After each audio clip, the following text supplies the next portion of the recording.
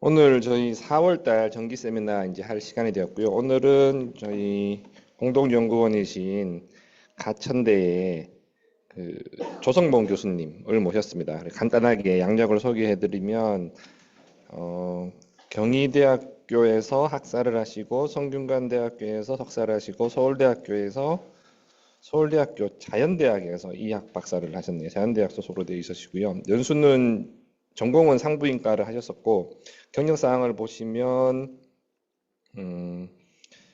2009년부터 이화여자대학교 의과학연구원에서 연구원을 하셨고 그다음에 2010년부터 국립보건연구원 바이오과학정보과에서 연구관을 하시다가 같은 기관에서 이제 19년까지 근무를 하셨었고 2020년부터 가천대학교에서 지금 재직 중이시고요.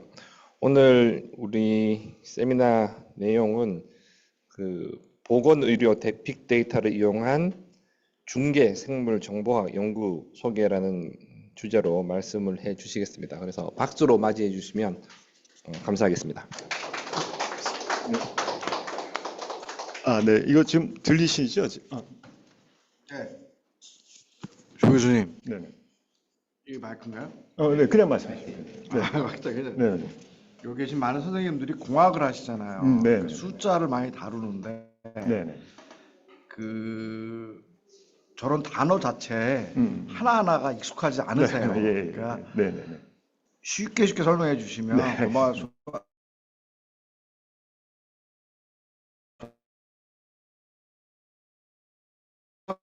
하시는 분한테 막 이해가 가실 거예요. 네. 그러니까 그렇게 좀 하시면 현대대 의료정보학교실의 조성범입니다.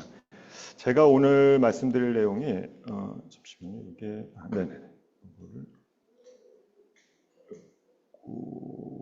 오늘 말씀드릴 내용이 이제 앞부분은 여기 이제 보시는 것처럼 트랜슬레이셔널 바이오인포메틱스에 대한 소개. 그래서 이제 이 어떤 분야가 보통 이제 연구되고 있는지 그쪽에 대한 이제 소개하고요. 그다음에 이제 거기서 이제 어떤 구체적인 연구를 하고 있는지 이런 것들, 그리고 특히 이제 우리가 지금 연구하고 있는 심혈관계 질환에 대해서 이러한 이제 트랜슬레이셔널 바이오인포메틱스 연구가 어떻게 진행되고 있는지 간략하게 소개해드리고요. 후반부는 이제 제가 그동안 했던 소위 얘기해서 이제 보건의료의 빅데이터를 이용해가지고 피노타입 데이터에서 지노타입 데이터까지 연결되는 그런 이제 인테그레이티브 아날라이시스 관점에서의 연구 결과 간략하게 소개해드리겠습니다. 그래서 이제 오늘 말씀드릴 게 방금 말씀드렸지만 이런 이제 트랜슬레이션, 여기 이제 이걸 사실 중계 생물정보학으로 이제 번역을 할 수가 있겠는데요. 그 중계 연구에 대한 개념부터 좀 이따 이제 자세하게 좀 말씀을 드리겠습니다. 그래서 이게 사실은 뭐 전부 이 분야만 연구를 한다는 건 아니고 이거를 이제 아무래도 이제 많이 합니다. 트랜슬레이셔널 바이오인포메틱스에서 요새 이제 많이 들어보셨겠지만 소위 얘기하는 하이스루프 데이터들, 뭐 RNA 시퀀싱이라든지 아니면 홀지놈 시퀀싱 데이터들 이런 걸 가지고 하는 연구들이 이제 흥하기 때문에 그런 연구 위주로 해서 이제 어떤 거를 주로 이제 이런 트랜슬레이셔널 바이오인포메틱스 관점에서 연구를 하고 있는지 말씀을 드리겠습니다. 그리고 이제 말씀드린 대로 두 가지 나머지 주제에 대해서도 간략하게 소개를 드리고요. 그래서 이제 트랜슬레이셔널 바이오인포메틱스가 이제 개념적으로 어떤 건지 제가 한번 말씀을 드려보면, 이게 이제 먼저 트랜슬레이셔널 바이오인포메틱스 소개드리고, 이 중에서 사실상 특히 이제 캔서 말고 만성 질환 연구에서 가장 많이 하는 연구가 지아스하고 피아스 연구입니다. 그래서 요거 좀 자세하게 소개드리고요. 그리고 세 번째, 네 번째는, 세 번째 거는 이제 캔서 데이터에서 주로 많이 연구가 되고 있습니다. 그래서 우리가 잘 아시겠지만 캔서가 이제 스테이지 시스템이 있는데 기존의 임상 정보 위주의 스테이지 시스템보다 좀 더 세밀하게 이제 환자의 예후를 예측할 수 있는 그런 서브 클러스터를 발견하는 이런 연구들을 이제 많이 하고 있고요. 그리고 이제 최근에 싱글셀 시퀀싱이라는 어떤 실험 기법이 이제 완전히 이제 정착을 했는데 그 싱글셀 시퀀싱 덕분에 우리가 평소에 이제 샘플링이 어려웠던 만성질환 연구가 조금 이제 활기를 띠게 됐습니다. 그래서 그런 부분도 말씀을 좀 드리겠습니다. 먼저 트랜슬레이셔널 리서치, 당연히 이제 트랜슬레이셔널 바이오인포메틱스니까 트랜슬레이셔널 리서치가 뭐냐? 요거 이제 간단하게 말씀을 드릴 수가 있겠는데요.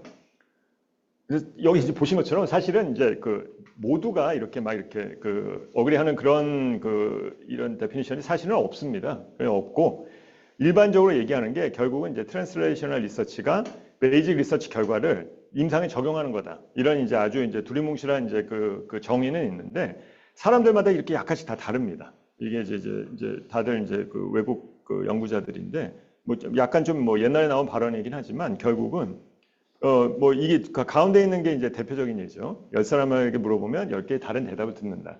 그러니까 이거를 이제 트랜슬레이셔널 리서치를 정확하게 이렇게 이렇게 나누기는 쉽지는 않은데 대략적으로 요 그 정의를 따르시면 될 것 같습니다.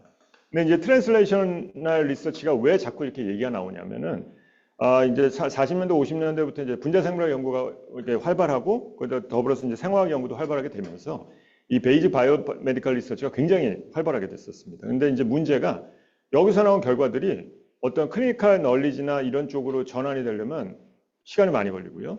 또 여기 있는 그 결과들이 다시 진짜로 실제 여기 이제 요쪽 그 봉우리는 진짜로 클리니컬 프랙티스에 적용되는 그런 것까지 넘어가려면 또 시간이 엄청나게 걸립니다. 그렇기 때문에 이거를 보통 이제 데스밸리라고 표현하기도 하는데요. 근데 이게 사실 뭐 연구자들이 잘못해서 그렇다기보다도 이 연구 도메인에 따라서 그 엔드 포인트가 다르기 때문에 어쩔 수 없이 나타나는 현상이기도 합니다. 처음부터 이거를 생각하고 하는 연구가 그렇게 많지가 않습니다. 생각보다. 그렇기 때문에 이제 이런 시간이 이제 많이 걸리고요. 그래서 트랜슬레이셔널 바이오인포메틱스가 이제 나온 배경 중에 하나가 그 전에 이제 요거를 이제 먼저 좀 말씀을 드리는데요. 중계 연구하고 그럼 임상 연구하고는 또 무슨 차이가 있냐? 그래서 이게 같다고 보시는 분도 있고요. 이건 간단하게 말씀드리겠습니다. 근데 이제 기초 연구하고 임상 연구의 어떤 가운데쯤에 존재한다 이렇게 보시는 분도 있고 그냥 두 개 합한 거다. 요 이제 대표적으로 그 프랜시스 콜린스라고 이제 이분은 이제 은퇴를 하셨는데 굉장히 오랫동안 미국 NIH 소장을 했었는데요. 그 시스틱 파이브로시스 그 유전자 발견하신 분입니다. 예전에 포지셔널 클로닝으로 굉장히 유명해져서 NIH 그 원장을 거의 한 몇십 년을 하셨죠. 저도 한번 뵌 적은 있었는데 그 이제 공무원 있을 때 한번 출장을 가가지고 뵌 적은 있었는데 이런 쪽으로 굉장히 확신이 강합니다. 그래서 이제 이런 쪽으로 관련된 프로젝트들 우리가 지금 현재 많이 쓰고 있는 뭐 TCGA 프로젝트라든지 아니면은 그 GTX 그다음에 그 다우전 지놈 프로젝트 이런 것들 입안을 다 이분이 이제 거의 바탕을 이제 깔고서 하셨고요. 어쨌든 결국은 이제 요 뷰를 이제 받아들인 게 제일 사실상 편하고요. 여기 제가 빨간색으로 테두리를 했는데, 그러니까 중계 연구라는 게 결국은 중계 가능성을 높이는 거. 여기다가 요새는 이제 포커스를 두는 게 좋지 않을까 이제 싶기도 합니다. 그러면은 이제 트랜슬레이셔널 리서치가 이제 일반적인 생물학 연구에서 이제 그런 식으로 정의가 될 수가 있는데, 트랜슬레이셔널 바이오인포메틱스는 이것도 이제 마찬가지로 사실은 바이오인포메틱스 연구가 처음에는 무조건 이제 DNA 서열만 가지고 하는 경우도 많았었거든요. 근데 이제 DNA 서열 정보 자체가 바로 클리니컬 프랙티스로 이어지는 거는 생각보다 쉽지는 않습니다. 그래서 최근에는 어떤 이제 바이올로지 데이터하고 클리니컬 데이터가 이 통합을 해가지고 이거를 좀 더 어떤 이제 클리니컬 이제 그 요 트랜슬레이셔널 바이오인포메틱스 정의가 이런 데이터를 통합하는데 그동안에 써왔던 인포메틱스 메소돌로지를 사용하고 그걸 좀 더 이제 개발해서 새로운 뭐 결과를 얻겠다. 이런 관점에서 많이 이제 시도들을 하고 있습니다. 물론 제일 좋은 거는 그 결과가 이제 클리니컬 프랙티스까지 연결이 되면 좋은데 트랜슬레이셔널 바이오인포메틱스가 아직 거기까지는 조금 가지는 못하고 있습니다. 이 트랜슬레이셔널 바이오인포메틱스 얘기 나온 게 이것도 한 10년 됐고요. 2010년도경부터 이런 연구자들, 특히 이제 미국의 에이미아가 굉장히 큰 조직이거든요. 아메리칸 메디컬 인포메틱스 어소시에이션이 에이미아가 이제 그 굉장히 큰 조직이어서 거기에 속한 이제 연구자들이 이분들이 주로 의료 정보학도 하시면서 생물 정보학을 같이 하시는 분들입니다. 그런 분들이 이제 이런 어떤 이슈를 이제 던졌고요. 그래서 최근에 이제 가장 정리된 저도 이제 이쪽을 많이 따르는데 정리된 게 결국은 이제 트랜슬레이셔널 바이오인포메틱스가 이런 굉장히 그 소위 요새 나오는 그런 라지 데이터, 빅데이터들을 하고 그 다음에 어떤 프로젝트에서 나온 데이터하고 병원 데이터하고 이런 것들을 효율적으로 매니지하고 분석하고 이런 때 좀 이제 중점을 둬야 되는 거 아닌가. 그래서 이제 그때 예로 든 이런 프로젝트들이 사실은 이머지나 뭐 이런 뭐 어디 갔죠? 여기 밀리언 베테랑 프로그램 같은 거, 다우전 지놈 프로젝트 같은 거 이게 사실 아까 말씀드린 그 프랜시스 콜린스가 소장을 할 때 NIH에서 계속해서 이제 릴리즈한 그 대형 프로젝트들이고요. 이런 것들이 이제 미국에서 어떤 이런 유전학이나 퍼스널 지노믹스나 아니면은 프리시전 메디슨을 계속해서 이렇게 일으킬 수 있는 기반들이 되는 프로젝트들입니다. 요 자세한 소개는 나중에 기회 있을 때 또 드리겠습니다. 그러면 이제 이 트랜슬레이셔널 바이오인포메틱스가 그러면 당연히 이제 중요한 거는 그 질병에 초점을 맞춰서 생물정보학 연구를 한다. 그런 걸로 정리를 할 수가 있겠는데요. 그 중에서 가장 많이 하는 연구가 이제 GWAS 연구입니다, 사실. 지놈 와이드 어소시에이션 스타디. 전장 유전체 연관 분석이라고 번역을 합니다. 말 그대로 원래 우리가 이제 이전에 제네틱스 시대에는, 그러니까 이제 유전학 시대에는 한두 개의 유전자만 가지고 그 연관 분석을 많이 했었는데요. 여기서의 연관은 질병하고의 연관을 보는 겁니다. 그래서 질병하고의 연관이 랜덤보다 높다. 통계적인 테스트를 해가지고 그 유전 변이가 정말 질병을 일으키는데 관여를 하는가, 이거를 이제 보는 그런 방법인데요.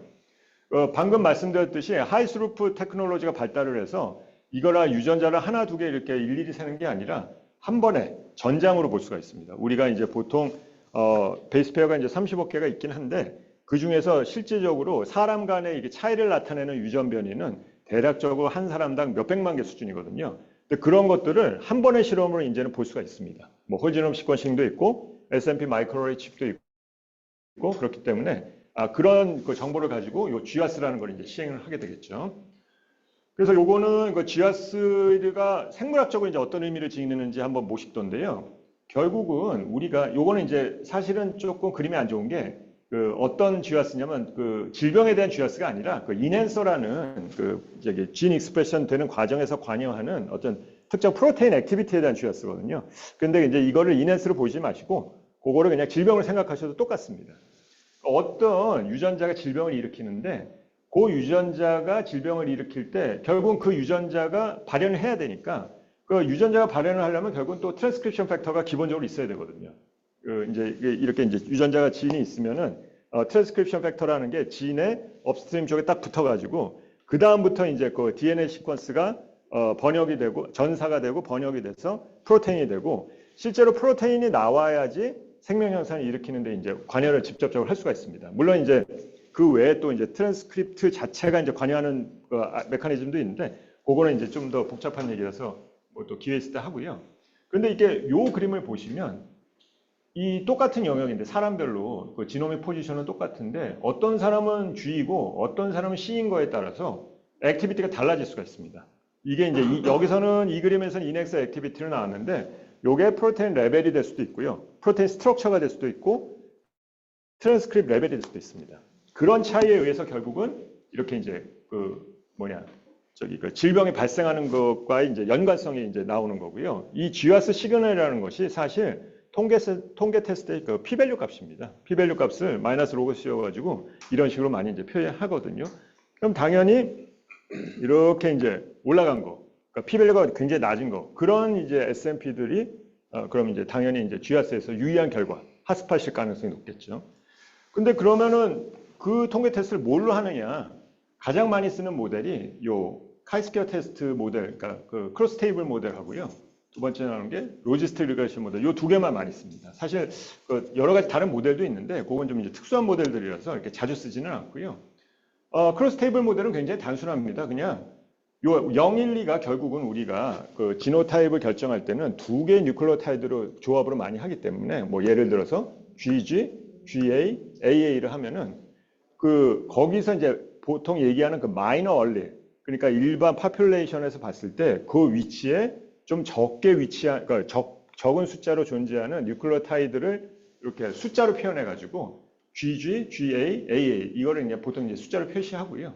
그다음에 0, 1은 이제 피노타입이죠. 보통 이제 마이너리 피노타입을 많이 봅니다. 그래서 이제 질병이 있다 없다 이렇게 하면은 요 크로스 테이블이 가능하거든요. 요 5가 이제 옵저베이션의 약자인데요. 이 숫자들이 다 가능하죠. 이것도 0이고 이것도 0이고 가능하고요. 그러면은 그냥 저기 무슨 통계학 다 생각 안 하고 직관적으로 생각했을 때 여기서 어떤 쏠림이 있을 때는 유의한 결과가 있는 거고 요 숫자들이 서로 다 비슷하면은 유의하지가 않은 겁니다. 이게 이제 그 S&P가 이제 상관이 없는 거죠. 그걸 계산하는 게 이제 카이스케 통계량이고요. 요건 이제 이 정도로 넘어갔고.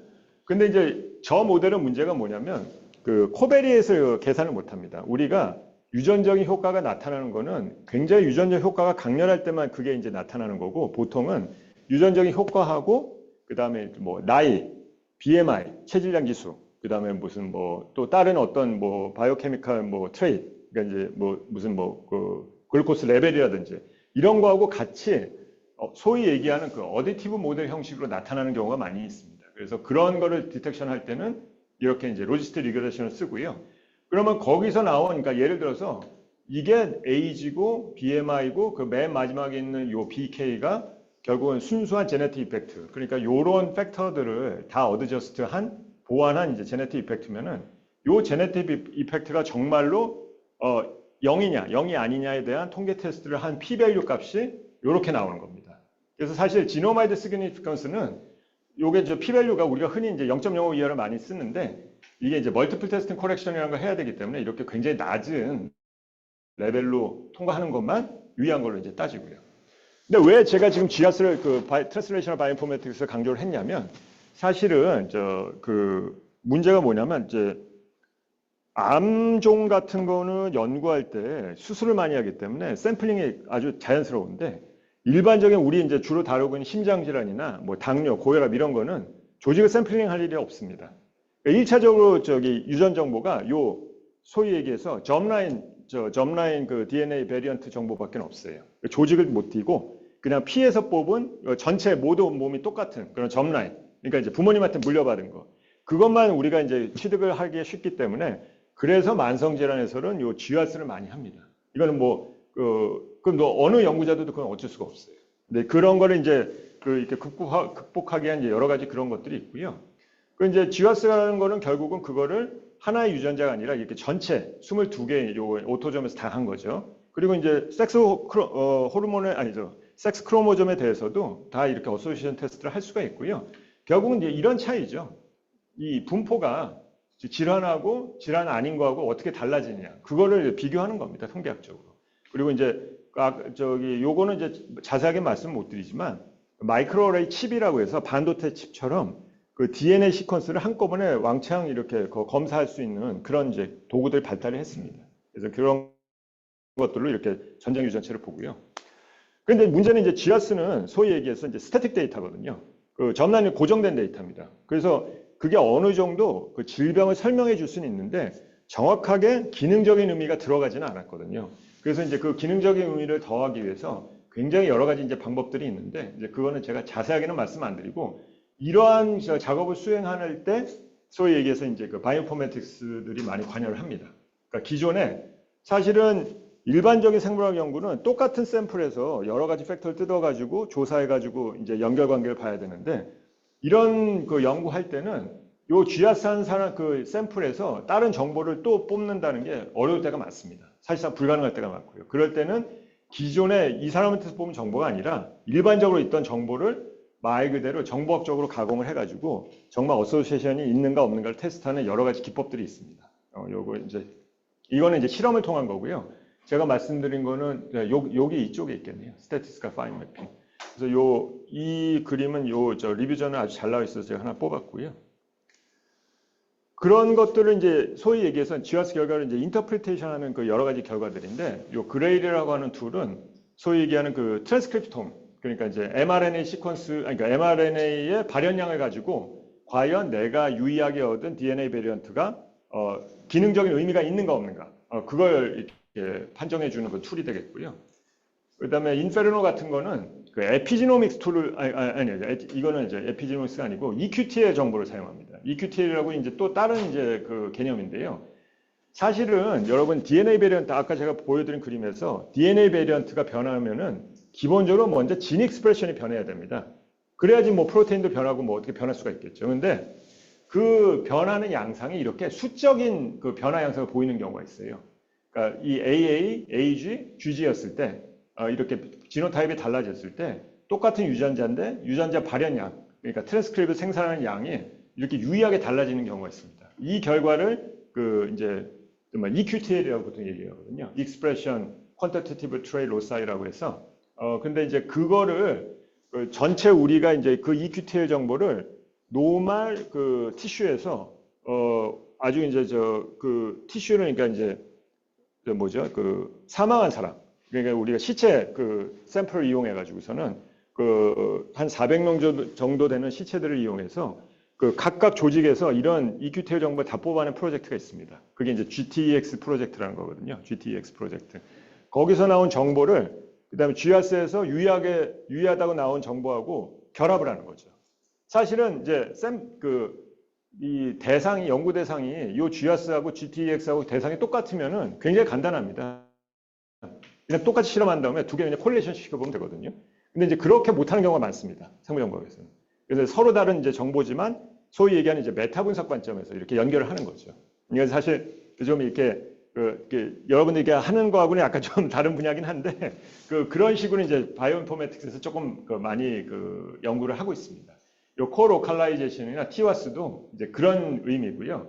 그림이 굉장히 화려한데 결국은 아까 말씀드린 것처럼 그 GTX 같은 그런 EQTL 정보를 가지고 어떤 이제 GWAS 시그널이 있는 거하고 그다음에 전혀 다른 샘플에서 나온 결과를 소위 얘기해서 그냥 메타 분석을 하는 겁니다. 그래서 이제 결과와 결과끼리 이제 분석을 하는 그런 이제 그 방법을 취하는 거죠. 그래서 원래 GWAS에서는 펑셔널 이미지가 그러니까 펑셔널 인포메이션이 없었는데 그거를 이제 다른 데서 정보를 빌리는 거죠. 그래서 이제 판정을 하는 그런 이제 그 툴을 쓰기도 합니다. 그 PWAS 같은 경우는 약간 좀 독특한데요. GWAS를 이렇게 뒤집었다고 생각하시면 됩니다. 이게 이제 왜 PWAS가 나왔냐면 소위 얘기하는 그 바이오뱅크 때문에 나왔거든요. 그러니까 병원에서 샘플링을 한다고 생각하시면 병원에서 샘플링 하면은 환자에 대한 그 의료 정보가 전부 다 있잖아요. 그건 뭘 의미하냐면 그 환자에 대한 질병 정보가 프로파일링이 가능하다는 거죠. 그러니까 이제 뭐 보통 많은 사람들이 그 질병 한 가지만 갖고 있는 게 아니라 여러 가지 갖고 있는 경우가 많거든요. 그러면 이제 병원에서 샘플링을 하게 되면은 만약에 내가 병원에서 유전자 하나에 대한 유전 정보만 있고 그런데 이제 병원에서 한 10,000명을 뽑았는데 그 10,000명에 대해서 질병에 대한 여기 나오는 이 질병 정보가 다 있다 그러면 그 질병별로 아까 얘기한 그 연관 분석을 다 따로 할 수가 있는 거죠. 그래서 이제 GWAS는 하나의 질병에 대해서 여러 유전자를 한꺼번에 보는 거면 PWAS는 하나의 유전자에 대해서 여러 질병을 한꺼번에 보는 겁니다. 이게 역전이 됐죠. 트랜스포즈가 된 거죠. 이거는 이제 왜 이게 이렇게 발달하기 시작했냐면 그래서 이제 결과는 이제 이런 식으로 이제 표현을 할 수가 있는데 똑같은 방식입니다. GWAS 하는 거하고 마이너스 로그 P 해가지고 왜 이런 게 했냐면 바이오뱅크 때문에 이게 가능하게 됐습니다. 그러니까 이제 병원이건 아니면은 어떤 특정 연구소건, 특정 조직이건 특히 이제 그 코호트를 이제 모집을 하는데 보통 그런 코호트를 만들게 되면은 여러 질병 정보나 여러 가지 피노타입 정보가 한꺼번에 있거든요. 그리고 이제 아까 소개드린 그런 오믹스 실험을 한 번만 수행을 하면은 유전자 정보를 얼마든지 얻을 수 있으니까 여러 가지 피노타입, 그러니까 여러 가지 질병에 대해서 한꺼번에 많은 GWAS를 반복적으로 할 수가 있는 거죠. 그래서 그리고 재미있는 게 이 펑셔널하게 의미 있는 데이터들은 여러 가지 질환에 관여할 찬스가 높아집니다. 그래서 그런 것도 이제 좀 저희가 정보를 얻을 수가 있는 거죠. 그래도 그 다음에는 이게 좀 얘기가 너무 길어질 것 같은데 빨리 좀 넘어가겠습니다. 이거는 뭐냐면 지금까지는 방금 전에는 이제 GWAS를 했죠. 그래서 만성 질환을 했는데 요거는 주로 이제 암에 대한 얘기입니다. 이게 사실은 요 두 개의 그림이 20년 전에 벌써 나온 그림이거든요. 이게 뭐냐면은 ALL, AML이라고 이게 이제 사실 이제 소아암 뭐 이제 성인도 걸리긴 하지만 이제 소아암 중에서 백혈병 루케미아인데 서로 다른 이제 서브타입입니다. 그래서 예후가 서로 다르거든요. AML 때 예후가 좀 안 좋습니다. ALL 때는 그나마 좀 낫고. 근데 이거를 보통은 이제 현미경으로 염색해서 하는데 순전히 요 유전자들의 발현 패턴만 가지고 거의 정확하게 100% 예측할 수 있는 그런 연구 결과를 그때 발표를 했습니다. 그러니까 이제 사람이 이제 눈으로 보는 진단이 필요가 없는 거죠. 그리고 요거는 SRBCT라고 스몰 라운드 블루 셀 튜머라고 요건 약간 좀 병약적으로 좀 구분하기 힘든 여러 한 4가지 되는 이 캔서를 모아놓은 건데요. 이 캔서들도 조직의 어떤 발현 패턴, 그러니까 mRNA의 발현 패턴만으로 이렇게 딱 구별이 되는 그런 연구 결과를 발표해서 이 결국은 조직의 어떤 진 익스프레션 패턴을 가지고 뭔가 진단을 쉽게 좀 할 수 있다. 이런 연구가 이제 시작이 됐고요.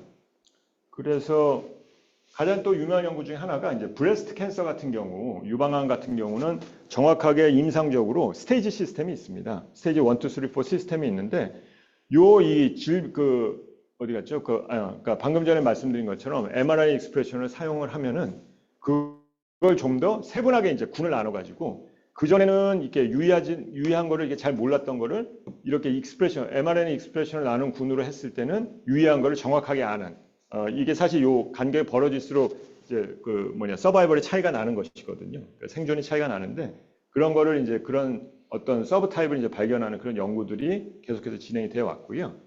그게 이제 최근에 가장 많이 좋은 결과를 낸 게 아까 제가 TCG에 잠깐 말씀드렸는데 더 캔서 지놈 아틀라스 프로젝트라고 이게 거의 한 11개 되는 캔서에 대해서 멀티오믹스 데이터를 생산했습니다. 그러니까 이제 멀티오믹스가 뭐냐면 시퀀스 데이터도 하고 mRNA 데이터도 하고 그다음에 에피지노믹스라고 그 DNA 시퀀스 근처의 생화학적인 변화를 또 캐치하는 데이터가 있는데요. 그것도 생산하고 그다음에 이제 프로테인 데이터도 생산하고 그러니까 한 샘플에 대해서 거의 4개나 5개 정도 되는 이제 데이터를 생산하고 거기다 이제 페노타입 데이터를 얹어가지고 굉장히 풍부한 정보를 제공하는 그런 프로젝트거든요. 그런 데이터들을 바탕으로 그러니까 분석 방법적으로는 사실상 이제 클러스터링 계속 적용하는 겁니다. 클러스터링 적용해가지고 우리가 그 전에 알지 못했던 어떤 세부 군을 발견했는데 그 군이 어디였죠? 여기 보여준 것처럼 서바이벌 아날라이시스, 그러니까 생존 분석을 했을 때 이렇게 유의한 차이를 보이는 그런 클러스터들, 그런 세부 샘플들을 이제 발견을 계속 하는 거죠. 이런 결과들은 이제 쭉 말씀드리고요. 그래서 또 유명했던 연구 중에 하나가 TCGA 중에 로우 그레이드 글라이오마, 요 그래프가 제가 알기로는 저 NEJM에 났던 논문인데요. 사실은 원래 이렇게 병리학적으로 현미경 봐가지고 나누는 이제 기준이 있었거든요. 기존에 병원에 쓰던 기준. 근데 보시면은 서바이벌이 막 엉켜 있습니다. 서바이벌 커브가. 그러니까 이제 서바이벌 예측하는 데 있어서 약간 좀 정확성이 떨어진다는 의미거든요. 근데 요걸로 구분한 게 아니니까 이거는 이제 조직학적으로 구분한 건데 그게 아니라 이렇게 이제 익스프레션 데이터나 여러 가지 멀티오믹스 데이터로 이렇게 구분을 했더니 이거보다 훨씬 이렇게 명확하게 구분이 되는 요 결과가 한번 발표가 됐었습니다. 그래서 이제 글라이오마는 그 후속으로 계속 연구가 돼서 요게 이제 일반적인 요새 이제 글라이오마 그레이딩 시스템이 있는데 이거보다 훨씬 더 세밀하게 이제 예후를 이렇게 나눌 수 있는 그런 시스템들이 이제 개발이 됐고요. 그러니까 그런 클러스터들이 확인이 됐고요. 여기 보시면은 이렇게 서바이벌 차이가 엄청나게 이제 많이 나는, 그러니까 예후가 굉장히 안 좋은 이런 그룹이죠. 이런 서브 그룹들이 이게 이제 일반적인 임상 양상으로 발견할 수가 없는데 이런 유전자 발현 패턴으로 발견할 수 있는 그런 연구 결과가 확인이 됐습니다. 그래서 이게 최종적으로 전체 그런 서브 타입을 이렇게 정리한 표인데요. 보시면은 요 서바이벌 이렇게 차이가 나는 게 이게 제가 알기로는 이게 이제 디퓨즈 글라이오마만 따로 이렇게 모아가지고 분석을 한 걸로 알고 있는데요. 여기 보시면은 이렇게 세부적인 서브 클러스터들이 있는데 이러한 것들에 의해서 이렇게 생존이 많이 갈린다. 그런 걸 이제 한 표로 이제 정리를 한 거고요. 이것도 벌써 발표된 지 꽤 됐습니다. 이게 2016년에 된 거니까 이것도 시간이 꽤 지났고요. 그리고 싱글셀은 이제 또 얘기가 좀 길어지긴 하는데 이거는 테크놀로지만 간단히 소개해 드리겠습니다. mRNA를 본다는 게 결국은 세포가 있으면 세포에서는 mRNA를 다 갈아가지고 이렇게 mRNA가 얼마나 이제 발현이 되는지 측정을 하는데요. 근데 요 싱글셀은 말 그대로 요거를 풀링을 하는 게 아니고 세포별로 mRNA가 몇 개씩 발현이 됐는가 그걸 따로 재는 테크놀로지가 나왔습니다. 이게 굉장히 이제 아주 센시티브한 테크놀로지인데 이걸 적용하면은 무슨 장점이 있냐면 그러니까 이제 샘플 수가 작아도 셀별로 익스프레션 프로파일링이 되기 때문에 데이터를 굉장히 많이 얻을 수가 있고요. 특히 어떤 때 강점이 있냐면 우리가 이제 이 브레인도 그렇고 장기별로 이렇게 서브 타입이 많은 장기가 많습니다. 그러니까 이제 세포 종류가 굉장히 다양한 장기들이 많거든요. 브레인이 그렇고 면역학 기관이 그렇습니다. 굉장히 서브 타입이 많은데 예전에 RNA 시퀀싱으로, 그러니까 RNA 테크놀로지로 하면은 그 셀들을 미리 갈라내가지고서는 거기서 이제 익스프레션 프로파일링을 봐야 되는데 그게 아니라 싱글셀은 그거 따로 가릴 필요 없이 그냥 이거를 서로 다른 셀에서 나온 거를 그냥 확인할 수가 있습니다. 굉장히 좋은, 그러니까 의학 연구에서 굉장히 좋은 방법론이 될 수가 있고요. 그래서 이 싱글셀이 나오자마자 가장 많이 했던 건 연구 중에 하나가 알츠하이머 연구입니다. 왜냐하면 이제 브레인 티슈가 이런 서브 타입들이 굉장히 많은데 이걸 일일이 분리해 가지고서는 익스프레션 체크하려면은 너무 이게 이제 어려운 거죠, 현실적으로. 그런데 이 싱글셀 테크놀로지 이용하면은 그냥 한 번에 뜯어가지고 해도 자연적으로 이제 분리가 될 수가 있으니까. 그래서 좀 이걸로 연구를 많이 하고 있습니다. 그래서 이거는 그냥 좀 넘어가겠습니다. 그래서 이제 무슨 이런 그러니까 싱글셀 테크놀로지를 적용하면은 굉장히 이제 세분된 그 어떤 클러스터를 이제 발견할 수 있다. 아까 그 앞서 말씀드린 거하고 똑같은 이제 결과고요. 요것도 그냥 이거는 좀 빨리 넘어가죠. 그리고 이제 방금 말씀드린 것처럼 싱글셀 테크놀로지가 이뮤놀로지 쪽에 굉장히 이제 임팩트가 큽니다. 왜냐하면 이제 이뮤놀로지 아시는 분도 계시겠지만은 그 서브타입이 그러니까 셀 서브타입이 굉장히 많아가지고 무슨 뭐 마크로파지, 뭐 CD4, CD8 T셀, 무슨 B셀 이렇게 굉장히 그 똑같은 B셀도 뭐 여러 가지 그 표시자로 나누는데 그러한 것들이 한 번의 실험으로 이렇게 분리가 가능하다는 거죠.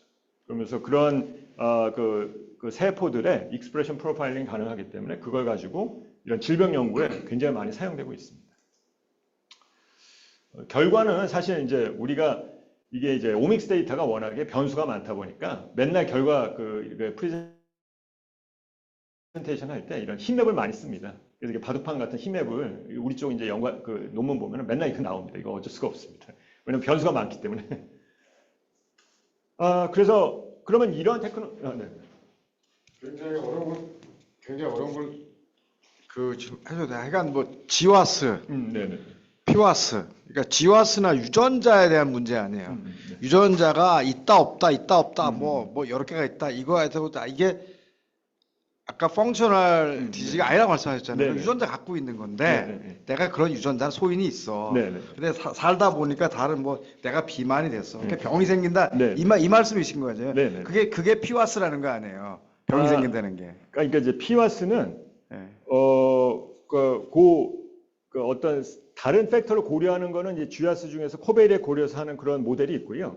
피와스는 하나의 유전자가 서로 다른 어떤 질환에 연관되는지를 한꺼번에 보는 거예요. 그렇죠. 네, 네, 네. 그래서 우리 선생님들이 이해를 못 하실 것 같아가지고서 네, 제가 네. 부연 설명하는데, 그러니까 유전자가 갖고 있는 거고 유전체가 네, 네. 병이 생기나 뭐 다른 거 아니에요. 그렇죠. 다른 네. 다른 팩터도 적용을 해야 굉장히 많으니까. 네, 네, 네. 근데 여러 뭐 아까 스터디한 것 중에서 오믹 멀티오스 스터디 하는 게 뭐냐면 그 전에는 병을 진단할 때 이게 암 같은 경우는 혈관하고 다르지만 암 같은 경우는 그냥 조직학적으로 보고서 이렇게 생긴 모양이 됐으니까 그렇죠. 암이었다. 네네. 근데 그 안에 학문이 발전해 가지고서 유전자도 보고 크로모좀도 보고 뭐 이러니까 여러 가지 오믹스가 데이터가 있어서 이렇게 저렇게 표현해서 서브 타입을 나눈다 이 말씀 아니죠. 그 다음에 한 조직에서도 여러 셀들이 많기 때문에 네. 서브 타입 많기 때문에 이것이 어떻게 표현하는 거에 따라서 병이 달라질 거라는 가정하에서 그 예후가 달라진다 이 말씀이신 거죠? 네네. 예. 그래서 딱 말씀하신 것처럼 이게 우리가 결국은 이런 트랜슬레이셔널 리서치 연구가 내가 어떤 정보를 얻을 수 있느냐의 그 범위에 따라서 결과가 굉장히 많이 달라집니다. 방금 좋은 말씀 해주셨는데 이 DNA 베리언트는 그 데이터가 고정이 돼서 굉장히 안정적이긴 한데 하나 단점이 뭐냐면 효과 크기가 작습니다. 그러니까 무슨 말씀이냐면 이게 G에서 C로 바뀐다고 해도 질병이 일어날 그 어떤 위험도가 굉장히 갑자기 확 늘어나지는 않습니다. 오히려 아까 말씀하신 것처럼 만약에 뭐 비만도가 갑자기 엄청나게 늘어난다든지 그러면은 그건 직접적으로 영향을 주기 때문에 그럴 때 뭐 예를 들어서 당뇨 같은 경우는 그 위험도가 훨씬 올라가거든요. 그렇기 때문에 이런 DNA 정보만 있으면은 이게 생물학적 연관이 있다는 건 알 수 있어도 실제 예측 모델을 만드는 데 있어서는 조금 불리한 면이 있고요.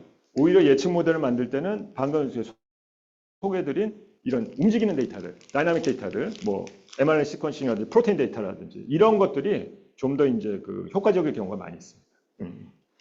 그래서 방금 소개한 방법들이 사실 이미 이 심혈관 질환에 많이 적용이 되고 있고요.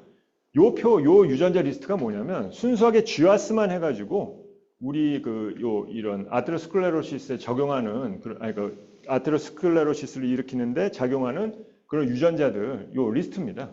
근데 이제 이런 유전자들 리스트가 특징이 여기 보시는 것처럼 임뮤놀로지 메커니즘 작용하는 유전자들이 많습니다. 뭐 이제 잘 알려진 대로 어떤 아테로마 생기고 이런 과정에서 인민셀들이 이제 침착되거나 뭐 파이브로시스 일으키는 데 관여하는 그런 이제 유전자들이 굉장히 많고요.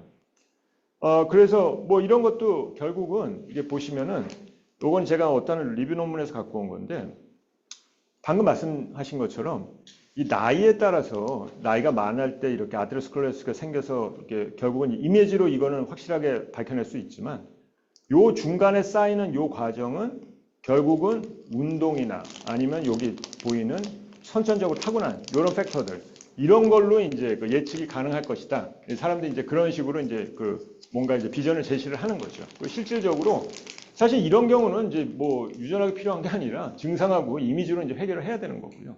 이런 경우 소위 얘기해서 그래서 유전적 정보가 사실 많이 기대하는 게 소위 예방적인 이런 효과, 그다음에 이제 어떤 그 뭔가 질병의 그 진행을 막는 그런 연구에 사용할 걸로 많이 기대를 하고 있습니다. 그래서 이제 이런 이제 유전자 정보는 주로 이제 이쪽에서 많이 사용될 것으로 이제 기대를 하고 있고요.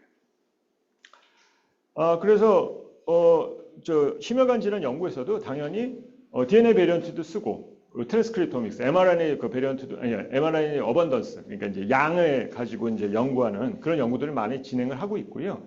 실제로 이게 이제 그런 논문이 많지는 않은데 정말로 이렇게 시술하다가 어렵게 조직들 일부 요 혈관에서 얻어가지고 거기서 이제 mRNA 시퀀싱 해가지고서는 그 논문 결과들 나오는 거 많이 있습니다. 그리고 이제 프로테인 쪽이나 아니면은 메타볼라이트 그러니까 이제 대사체 관련된 이제 연구들 많이 하는데 요 연구들은 굉장히 임팩트가 큰 게 아까도 말씀드렸지만 프로테인이라는 것 자체가 생명 현상을 직접 관여하기 때문에 이 정보를 알면 굉장히 도움이 많이 되는데 문제는 뭐냐면 요거는 이제 측정하기가 쉽지가 않습니다. 프로테인 쪽은. 이 매스 스펙트로메트리나 이제 NMR 같은 걸 써야 되는데 이게 실험 방법 자체가 엄청나게 골치 아픈 거라서 이게 좀 적용하기가 쉽지는 않습니다. 한국에서 하시는 분 그렇게 많지 않아요. 이건. 지금 말씀하신 거 보면 네네. 그러니까 유전자를 제네틱스라고 그러잖아요. 네네. 네? 네. 제네틱스라고 그러고 그다음에 메신저 RNA를 다루는 학문을 또 뭐라고 그러죠? 트랜스크립토믹스. 트랜스크립토노믹스라고 그러죠. 네. 근데 그러니까 유전체가 있고 트랜스크립토노믹스가 있고 병을 만들 결국 프로테인이잖아요. 네. 페리페럴 블러드에 나와 돌아다니는 게. 그래가지고서 프로테인이 돌아다니다가 같은 프로테인이 있는데 같은 단백질이 있는데 이렇게 돌아다가 있다가 병이 생기는 게 아니라 이게 뭐 대사가 된다고 해서 어떤 일부가 떨어져 나가고 일부 변을 일으키면 그놈이 메타볼리즘 일으켰다고 해서 메타볼로믹스가 되는 거잖아요. 네? 그래가지고 그리고 이놈이 다른 거하고 붙은 게 리피도믹스예요. 그렇게 연결되는 거죠. 그러니까 그 말씀하신 대로 엔드 프로덕트가 그렇게 이제 달라붙어서 네. 특히 이제 심혈관 질환에서 그런 경우가 많고요. 그리고 이 엔드 프로덕트가 그냥 바이오 마커처럼 쓸 수도 있습니다. 그 앞전 단계가 그 중요한 건데 그거는 직접적으로는 이제 발견 못하고 그 분해된 거를 이제 역추적해가지고 이제 발견하는 그 두 가지 방법을 다 쓸 수는 있습니다. 저 NMR 스펙트로스코피를 게 우리가 말하는 MR 아니에요? 뉴클리어 마그네틱 레저넌스 이미징이라는. 아니 저기 네 그렇죠. 그러니까 그 마그네틱 이미지를 쓰는 거. 그 똑같은 거죠. 우리가 MR 쓰는 것보다 더 세밀하게 들어가는 거죠. 우리가 사람 쓰는 것보다. 프로테인 스트럭처 볼 때 저게 굉장히 정확성이 좋은데 말씀드린 것처럼 실험하는 게 굉장히 까다롭습니다. 그래가지고 이게 요거는 주로 이제 그 면역학적으로 이렇게 프로테인 항체 붙여가지고 하는 그런 방식인데 이게 좀 정확성이 좀 떨어지는 단점이 좀 있고요. 매스 스펙트로메트리도 실험하는 거 굉장히 귀찮습니다. 사실 하기가 어렵습니다. 그래서 이제 결국은 요 카디오바스큘라 디지즈도 결국은 요런 그 다양한 멀티오믹스 데이터들이 통합돼서 뭔가 이제 새로운 파인딩을 얻을 거라고 이제 기대들 많이 하고 있고 그런 방향으로 계속 연구를 많이 되고 있습니다. 그래서 이제 그 구체적인 연구 소개하면은 뭐 세레브럴 아테리 디지즈에 대해서 이런 GIS 같은 건 이미 많이 발표가 됐고요. 그러한 어떤 이제 유전자들 그 소위 아까 리스트업된 유전자들이 다 이런 데서 나오는 겁니다. 그리고 요새 또 하나 많이 하는 것 중에 하나가 요 멘델리안 랜더마이제이션이라는 걸 많이 하는데요. 요거는 좀 독특한 방법인데 그 DNA 베리언트 효과를 보는 연구가 아니라 어떤 임상적인 두 개의 팩터가 있으면 이 두 개의 팩터가 정말 서로 인과관계가 있느냐 그거를 DNA 정보를 소위 얘기해서 이제 그 레버리징해서 그러니까 DNA 정보를 이렇게 바닥에 깔고 그 인과관계를 테스트하는 방법입니다. 이게 계산은 간단한데 사실은 여기 굉장히 파워풀해가지고 만약에 이 조건에 맞는 그 결과만 있으면은 이게 이렇게 실제적으로 인과관계를 인정을 많이 받습니다. 간단하게 말씀드리면 수식은 간단하거든요. 요 레이쇼 그 통계량인데요.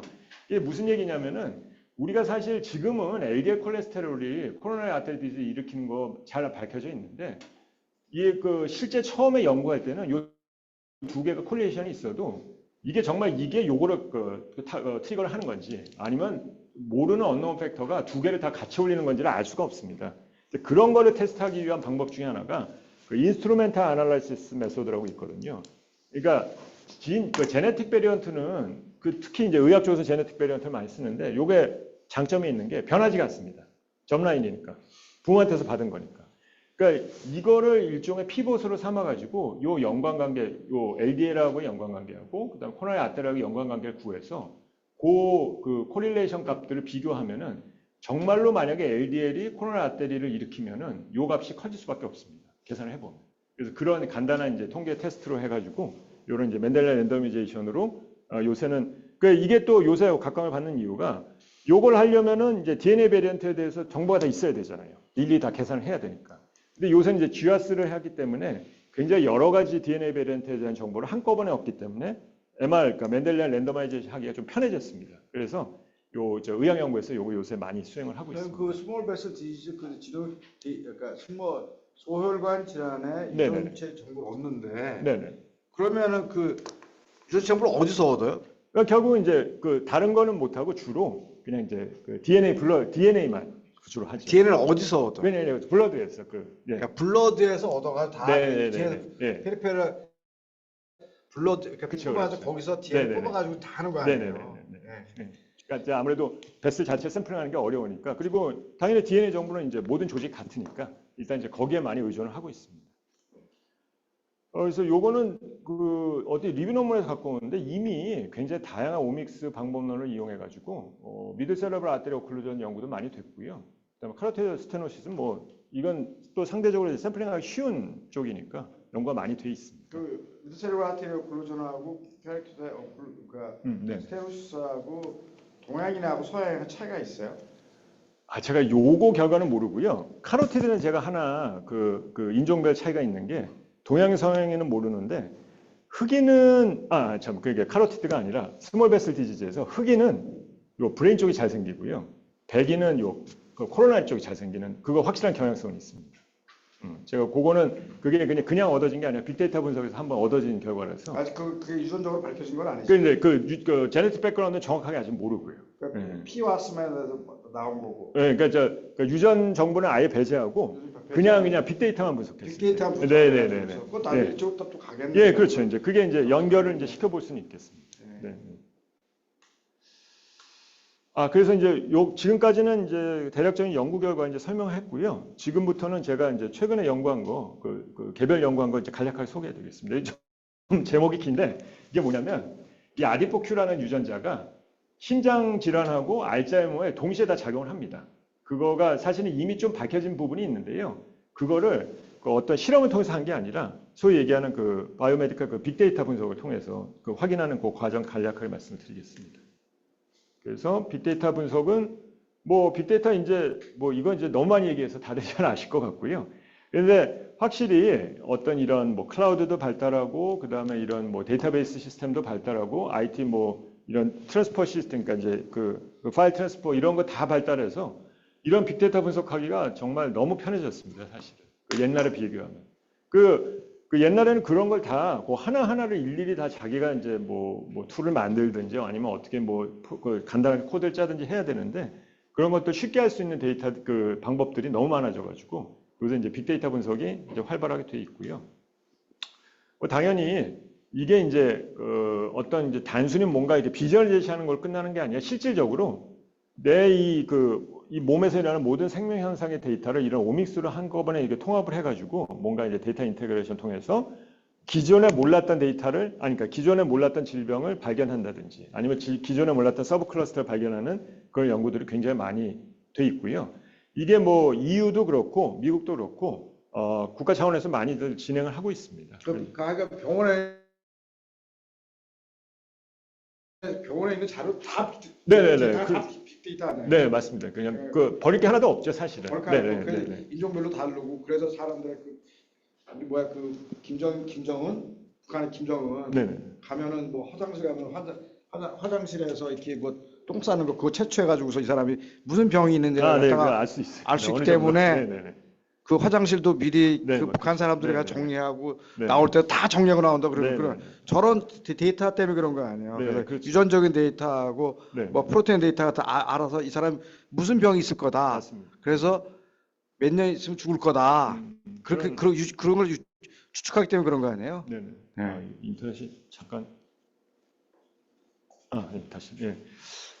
그러니까 방금 말씀하신 것도 그 화장실 그게 요새 마이크로바이옴이라고 해서 이 대변에 이런데 그 세균총의 어떤 비율이 질병마다 다 틀리거든요. 그런 걸 역으로 유추할 수도 있습니다.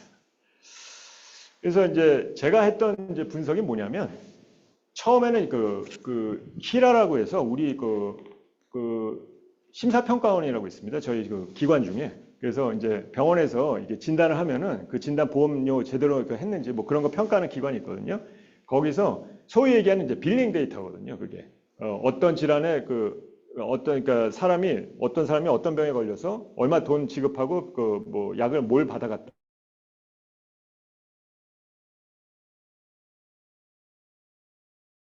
이런 게 예전에 그 샘플 데이터로 100만 명 10년하고 9년, 10년, 11년께 100만 명씩 해서 300만 명이 그 돈 받고 판 적이 있었어요. 그게 요새는 이제 금지했는데 전 다행히 그거 갖고 있어가지고 그때 빨리 사가지고 이제 그걸로 이제 데이터를 분석을 했고요. 처음에는 뭘 했냐면 그 다이아그노시스 트래젝터리라고 해서 그 빌링 데이터만으로 어느 질병이 그 다음에 다른 질병으로 이완되는지 발전하는지를 요 역으로 추정하는 요 방법론을 한번 먼저 이제 연구를 했고요. 요 결과를 바탕으로 요런 정보들을 다 인테그레이션해서 제가 처음에 말씀드린 그 파인딩을 얻었습니다. 다이아그노시스 트래젝토리가 이제 무슨 뜻이냐면은 결국은 방금 얘기한 것처럼 그 네트워크 형태로 어떤 질병에 걸렸을 때 다음에 어떤 질병으로 갈 확률이 커지는가, 이게 우연이 아니라 굉장히 유의하게 커지는가, 그거를 이제 찾아낸 게 되겠고요. 소위 얘기해서 이제 코모비디티 네트워크를 이제 구성을 한 게 되겠습니다. 코모비디티 우리말로 뭐라고 그러죠? 그걸 이제 여러 가지로 그냥 동반상병으로 이제 번역하는 경우가 많더라고요.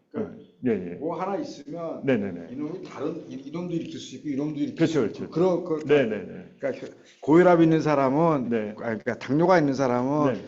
당뇨가 있으니까 이 사람이 좀 시간이 지나면 혈관이 나빠지니까 고혈압이 생긴다. 네네네. 이런 걸 말씀하시는 예, 거죠? 그런 것도 그러니까 그렇게 시간적인 것도 있고요. 예. 아니면 질병 자체가 걸렸을 때 보통 고혈압 있는 사람이 당뇨도 잘 걸리고 역으로 또 당뇨 있는 사람이 고혈압도 잘 걸리거든요. 그런 걸 다 포함하는 그런 개념이 그걸 되겠습니다. 갖다가 동일 코모비디티. 네, 코모비디티라고 보통 번역을 하고 있습니다. 그래서 이제 요게 정말 우연인지 아닌지를 이제 통계학적으로 테스트를 해가지고 그 이제 네트워크를 구성하는 방법을 했고요. 사실 수식은 간단합니다. 그냥 뭐냐면 이 I하고 J가 각각 서로 다른 질환인데요. 서로 다른 질환을 그냥 하나만 놓고 봤을 때 인시던스하고 요 두 개가 같이 생겼을 때의 그 경우를 카운트해가지고 얘네가 나온 통계값이 랜덤인가 아닌가 p-밸류 이제 구해서 테스트하는 겁니다. 사실 방법은 간단하고요. 다만 이 트래젝터리를 구성할 때는 이런 식으로 이제 페어를 찾는 거죠. 요 질병이 생기면 요 질병이 그러니까 이 테스트는 사실 전부 다 페어와이즈하게 테스트하기 때문에 이런 그 결과가 짝밖에 안 나오는데요. 만약에 질병 A가 걸려서 B가 잘 생기면, 그리고 또 질병 B가 걸렸을 때 C가 잘 생기는 거, 여기서 이제 엔드 포인트를 데스로 잡았는데요. 요거를 이게 겹치면 요걸 이렇게 연결할 수가 있다는 거죠. 왜냐하면 이제 그 페어와이즈하게 테스트를 했으니까. 그래서 이제 그걸 또 이제 랜덤마이제이션을 해서 이제 테스트를 하고요. 그래서 1차적으로 나온 결과가 이런 겁니다. 사실 요거는 요쪽 분야 전문가들 보시면 당연히 다 나타날 수 있는 결과들입니다. 뭐 마이오카드 인팍션 되면 당연히 핫페일러 나타날 수 있고요. 리버 디지스면은 뭐 당연히 이제 뭐 이게 시로시스가 있으면은 사실 시로시스 때 이게 이제 그 리버 앱세스 같은 거 잘 생기거든요. 요 크기가 이제 프로버빌리티가 좀 높다는 뜻입니다. 요 노드의 크기가. 그래서 이건 뭐 당연한 그 결과고요. 그리고 당연히 이제 앱세스 생기면 폐혈증, septisemia 잘 걸리고요. 그래서 요게 당연한 결과는 당연하게 나오고, 근데 이제 당연한 거는 어차피 다 아는 거니까 그게 이제 중요한 게 아니라 보면은 우리가 잘 모르던 거, 이런 에피소드 무드 디스오더로 진단받는 사람은 결국은 나중에 스키조로 이제 나중에 판정이 난다든지, 그리고 이런 스키조로 판정 난 사람 중에서 이 머슬이 이제 마이올라이시스가 생기는 사람들이 좀 있습니다. 그런 사람들을 이렇게 요 트래젝터리를 발견을 했고요. 실제로 저희 그 한국 데이터 말고 UCSF 그 병원 데이터, 미국 그 UC 샌프란시스코 병원 데이터로 확인을 해봤더니 정말로 이렇게 진행하는 사람을 꽤 발견했습니다. 그리고 그 사람들 그 CK 레벨을 쟀고 크레아티닌 그 카이네즈 레벨을 쟀는데 유의하게 차이 나는 것도 이제 확인을 했고요. 그러니까 이게 요 CK 레벨은 근육이 망가져야지 이제 그 차이가 나는 거거든요. 그래서 이제 그런 에비던스들을 다 확인해서 요걸 한번 발표를 했었고요. 그다음에 이제 요 결과 중에서 이건 이제 똑같은 거니까 이제 넘어가고요. 요 결과 중에서 뭐를 이제 뽑아냈냐면 그러면은 어떤 이제 신장 질환이 생겼는데 알츠하이머가 생긴다든지 요게 이제 같이 가는 사람들을 한번 뽑았습니다. 뽑았는데 이게 이제 이걸 보면 너무 복잡해가지고 이거 하나씩 말씀드리면 그러니까 데이터를 뭘 썼냐면 아까 말씀드린 그 저기 심평원 데이터 똑같이 썼고요. 그다음 UCSF 그 메디컬 센터 데이터도 똑같이 썼는데 둘 다 100만 명 단위입니다. 그래서 이제 데이터 풍부해서 요거는 분석하게 좋았고요. 요 네덜란드 데이터는 네덜란드가 그 브레인 뱅크를 운영해가지고 브레인 엑솜 데이터를 여기서 생산한 게 있었습니다. 이건 이제 전 연구에서 나온 거를 그냥 갖다 썼고요. 베리메드라고 이제 SNP하고 질병의 연관관계를 그 정보를 제공하는 데이터베이스가 있었는데 그거 썼고 그다음 마지막으로 이제 그 또 밸리데이션 위해서 그 UK 바이오뱅크 데이터를 썼습니다. UK 바이오뱅크가 거의 한 50만 명에 대한 어떤 피노타입 데이터하고 지노타입 데이터를 한꺼번에 제공합니다. 그러니까 이제 뭐 영국 사람한테만 제공하는 게 아니라 우리 한국 사람들도 돈 내면 그걸 쓸 수가 있거든요. 그렇기 때문에 뒤에 나오겠지만 제가 브레인 펑션에 관련된 어떤 기능 테스트한 게 그 SNP에 따라서 바뀌어지는 거를 확인한 그 결과를 뽑기 위해서 요 UK 바이오뱅크 데이터를 썼고요. 보시면은 이거는 이제 앞서 한 거하고 이제 똑같이 이렇게 다이아고너스 트래젝터리를 이제 구성을 했고요. 그래서 이제 디스커버리하고 밸리데이션 보면은 여기서 봤던 게 뭐냐면 이렇게 하트 페일리어하고 디멘치아. 그러니까 디멘치아가 일반적으로 이제 보통 우리가 얘기하는 치매. 그거 걸린 사람들이 이게 동시에 걸린 사람들이 꽤 있었습니다. 이게 우리나라 데이터도 있었고 그다음에 UCSF 병원 데이터에도 이거는 병원 데이터는 아니거든 사실. 이건 그 심평원 데이터니까. 그런데도 두 군데 다 이걸 거기서 나오는 게 EHR이에요. 이게 의무 기록만 가지고 네네 맞습니다. 의무 기록만 가지고 네네. 그러니까 뭐 바이탈 사인이나 이런 것만 가지고 한 거 아니에요? 네 그렇죠. 네. 영상자료는 없는 거죠. 예, 영상자료 없이 했습니다. 그러니까 뭐 혈압이 있다 없다 혈압이 얼마다 뭐 이런 것만 그다음에 뭐 피검사에서 뭐 CBC에서 뭐 혈압이 얼마다 이런 걸 보고만 한 거죠. 네네. 그러니까 그 UCSF는 순수하게 이제 병원 데이터고요. 그러니까 요거는 순수하게 이제 진단만 있는 데이터.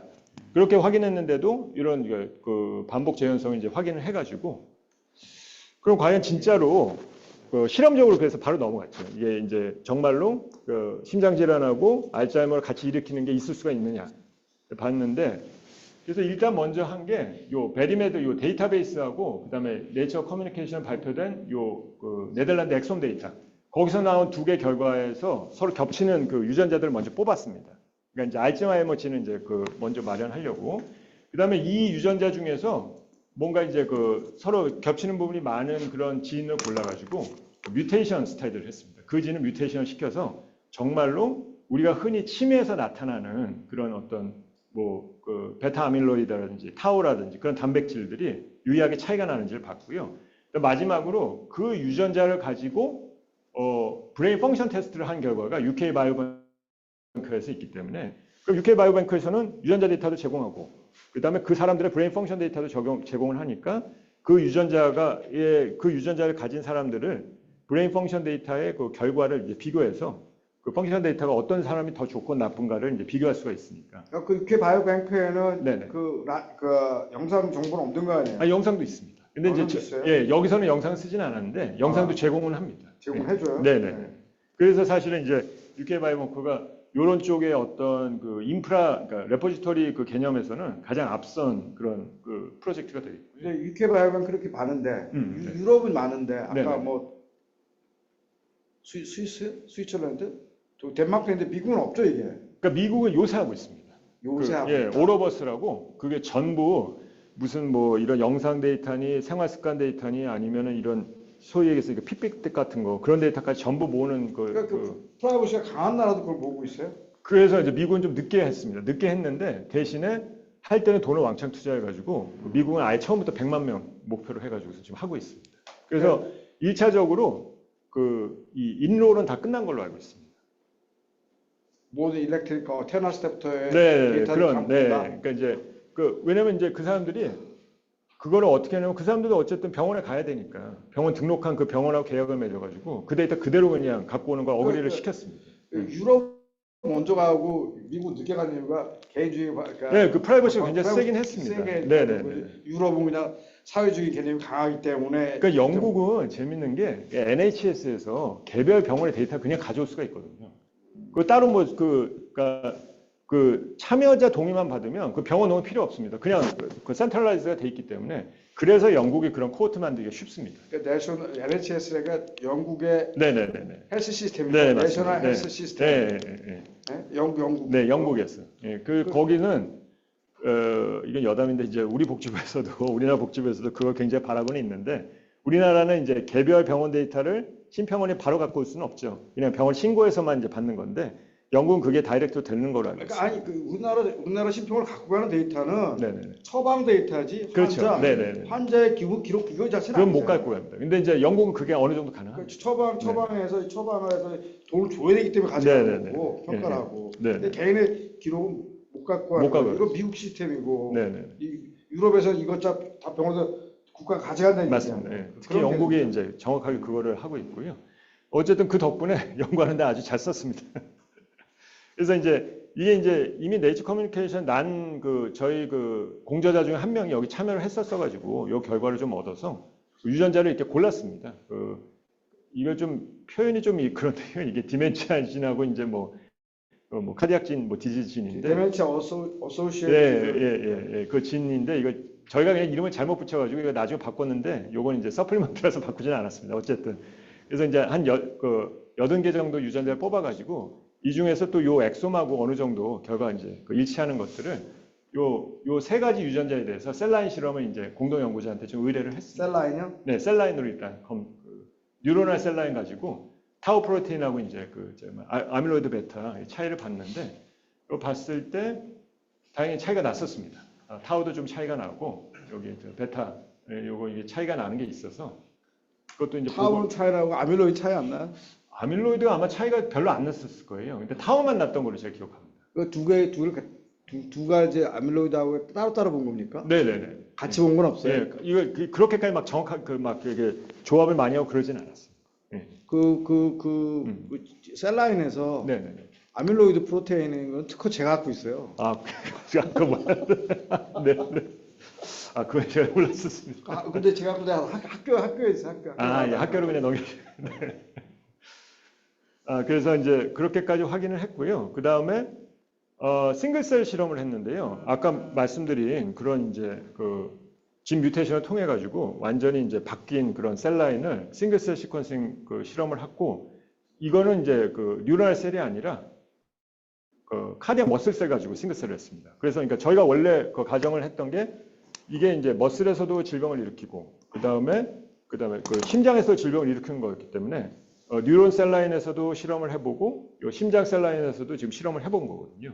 그리고 요게 이제 뮤테이션 된 셀 라인을 실험을 했는데 정상인 거는 이제 실험하기 돈이 없어가지고 공개되어 있는 데이터를 써서 이제 비교를 했습니다.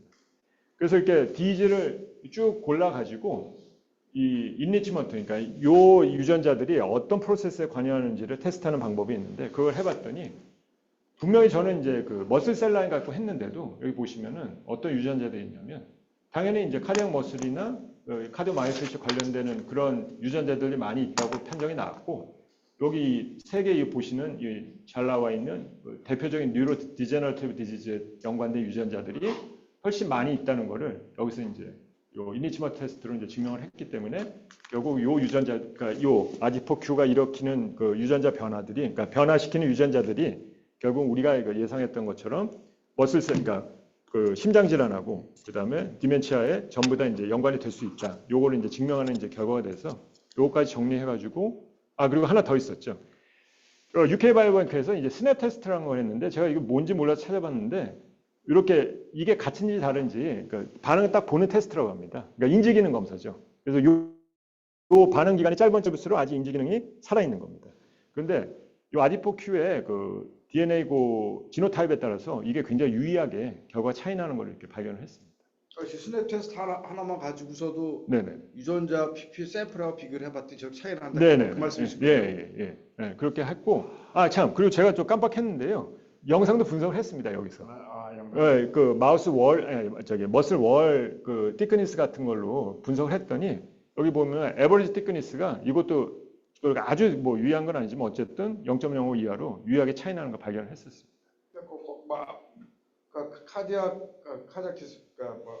카자 머슬이 월이 큰 사람이 네네네. 머슬이 월이 두꺼운 사람이 뭐 경력이 좋다 그걸 얘기한 걸 거 아니에요.